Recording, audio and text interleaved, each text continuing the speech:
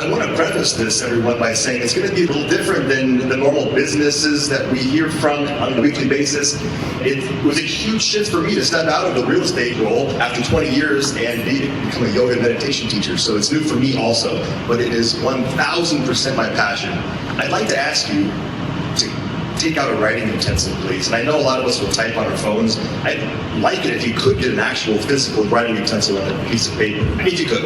If you can't, I understand, but I would really like that, because that's part of the juice of this thing. I want to tell you what yoga actually is. Many of you hear me say every week, yoga is so much more than postures. And teaching yoga classes is great, and I do that. My passion is in the inner, deeper work, which is the yoga philosophy.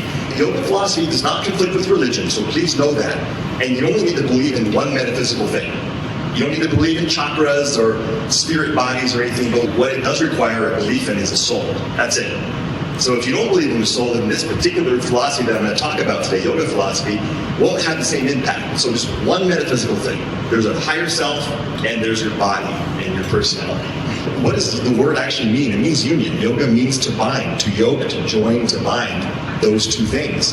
To live your life as you know there's a soul. You live as you are a higher self, like a remote control vehicle down here on Earth. Your higher self should be running the show, and your body is like kind of like the rover that your soul sends down to gain experience and have interactions and learn things, fail, love, lose, get higher, achieve. That's what we're unifying.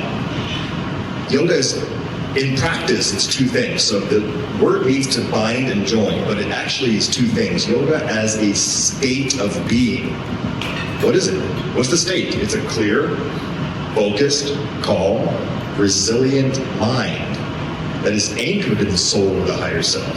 I know this is different, but just go with me. That's the state of being we're trying to achieve. That's the yogic state. But how do you get there? Well, it's also a practice. You've heard of downward dog, you've heard of warrior pose. The postures are just tools to get to that state of mind. Breath work, as Super said, breath work is a tool. Listening to sound bowls is a tool. Calming your mind by closing your eyes and taking your hands to prayer and saying the prayer of St. Francis, or your favorite, the Lord's Prayer, is a tool to get to that state of mind. Those are all practices. Using a mala or a rosary is a practice. So it's any method to achieve that state of a calm, resilient mind. Any method. Breathing, movement, prayer, concentration, meditation, self-reflection, self-regulation, conscious lifestyle choices, putting your feet in grass and taking a slow, deep breath, and just feeling nature. That's a practice of yoga to get to a calm mind. The deeper work that I mentioned comes in many, many, many forms, and my favorite form that I do is this workshop called the Clarity Workshop, which is coming up in December. And the Clarity Workshop is how we find purpose in life. And this is what I wanted you to take out your piece of paper for. The workshop involves discussion, contemplation, self-inquiry, some writing, some meditation, more prayer, breath work. It's like goal setting on steroids. It increases our willpower, our drive, and determination to use in the physical world, in your job, in your relationships. We will leave with a tangible roadmap to live your grand purpose with fail-safes for past pattern regression. I've led this publicly 6 times. Mainly it's at different yoga studios, and I've taken individuals through it more times than I can count. And I've personally gone through it more times than I can count, and it works. And it comes from this book called The 4 Desires. This book is written by my yoga teacher, Rod Stryker, who I've been studying with since 2014. And I also incorporate stuff from my book that I co-wrote in 2012 that Super mentioned, and other philosophies like Eckhart Tolle, who wrote The Power of Now, and other amazing teachings from that guy. The Clarity Workshop teaches us that our life, to be fulfilled, to live a fulfilled life, we need to address 4 areas of what we call desires. We have basic needs that we need to address. We all need to have fun in life and have some joy. Romance is involved in that, some playtime. We all need to have a little fun. Accomplishments are important in life, to feel like you're a good person, you're doing good things. Friends are important, and pleasure. That's an important category to address. But then we also need to address our freedom and This category revolves around some kind of spirituality or prayer.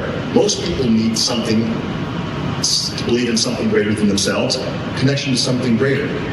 And then, of course, we need a sense of purpose, contributing and participating in life in a unique way. So the concept is, if you don't have all these optimized, life is going to be lacking in some way. You'll have some suffering. We all have deficiencies in one or more areas. We all do. And what I'd like you to do is think about that for a second. And then I'll ask you to draw a circle on your piece of paper. So which area in your life needs the most attention? Basic needs? How are your finances, your home, your transportation, and your health? A lot of us have that handled, but some of us don't. Do you need more playtime in your life? This is a natural question to you right now. Which area in your life do you need more of? Do you need more freedom? Do you need more spiritual connection? Or do you need more purpose? Do you feel aimless? Which of these 4 areas in your life is lacking? And just be honest with yourself. You don't have to tell anyone. Just think about it. And draw a circle. In the middle of that circle, put the thing that's lacking in your life. It'll either say joy, basic needs, whatever it is, in the circle, or on your phone, but it's not going to work the same on your phone. And then I would like you to do a 30-second mind map. If that category in your life was fulfilled, write some words that relate to what it would look like in your life if it was fulfilled. So if I needed to work on my basic needs, I might need a new job. Draw a line from the circle and write words that would display or depict a perfect situation in your life relating to basic needs. I might need to increase my savings account. I might need to exercise more with Blaze. I might need to spend more time with family. Don't look at mine, do yours. Draw some lines, do it. This mind map displays something that is not manifested yet. It's not currently in your life, obviously.